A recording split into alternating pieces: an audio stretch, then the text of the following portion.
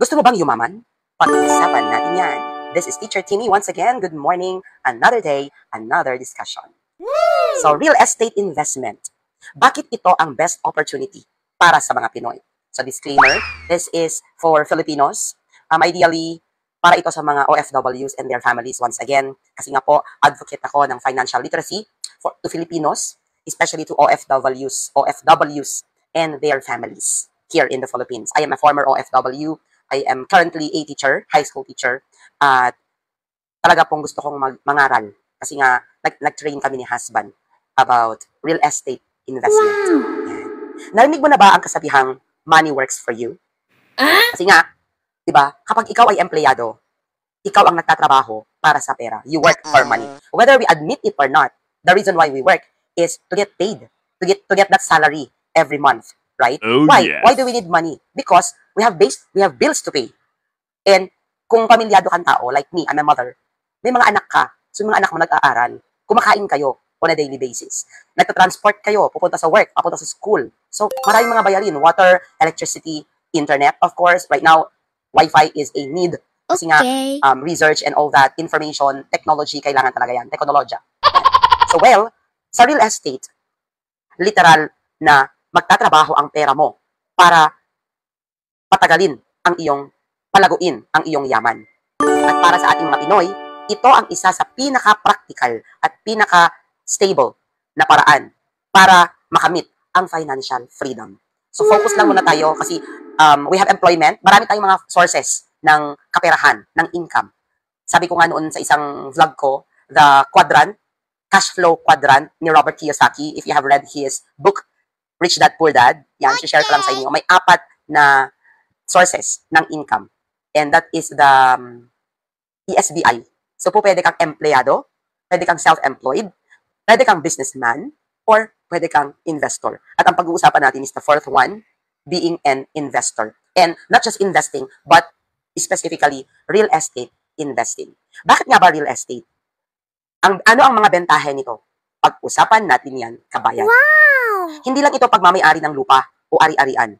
Ito ay pagmamayari ng seguridad, paglago, at kinabukasan.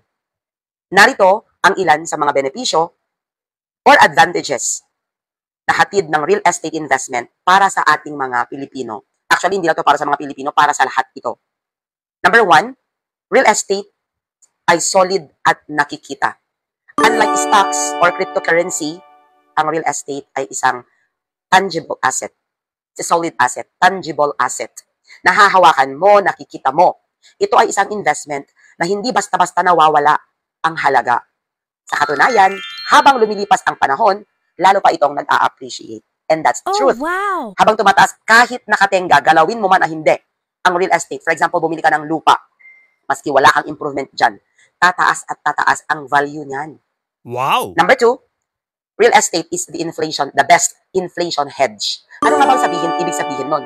Tumaas man ang presyo ng bilihin, bumaba man ang halaga ng pera, sa real estate, protektado ka.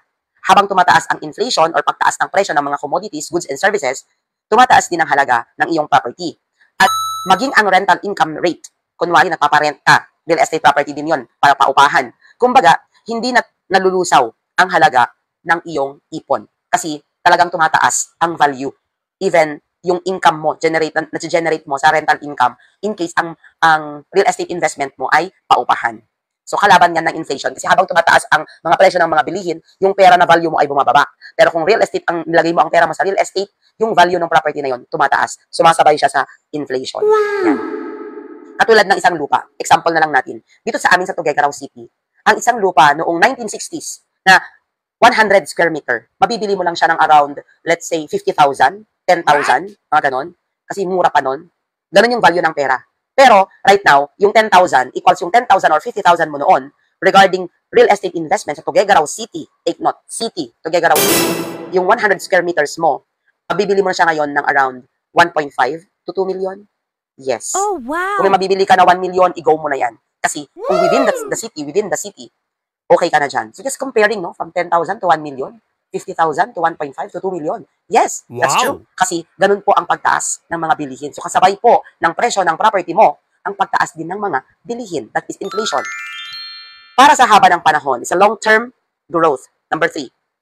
Ang real estate ay para sa mga may pasensya. Hindi po ito yung overnight na ikayayaman mo. Sasabihin mo, sige nga, mag-invest na ako sa lupa ngayon, tapos bukas, overnight, di ba? Pagising ko bukas, tataas yung presyo niyan. Hindi po ganon.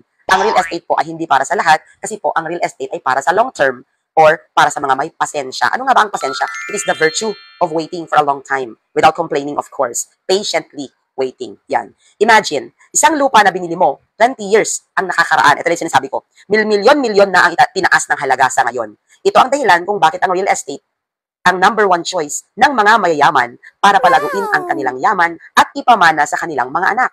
So it's generational. Ibig sabihin, from the naunang generation to the next generation to the next generation. Kasi hindi naman nasisira ang lupa. Bagkus, nagmamahal at nagtataas ang presyo. Buti pa yung lupa nagmamahal. Charis! Sa bawat taon, lumalaki ang halaga ng iyong property dahil sa development ng lugar at yung demand. So it does not necessarily mean you have to improve yung lupa na binili mo. Kunwari, binili mo yan sa city, doon na tayo mag-focus. Tuguegarao City. Binili mo yan. Napalibutan na siya ngayon ng SM, ng Robinsons, ng airport, ng schools, mga establishments o infrastructures na alam mong nagdadala ng traffic or mga tao. Yan. Tataas lalo ang kanyang presyo. That's why if someone offers you a property within yung mga ganong locations, that is location, strategic location, dahil ibig sabihin, maganda ang location. Galawin mo man hindi ang property mo, tataas ang value niyan balang araw. Ang part 2, subscribe for more.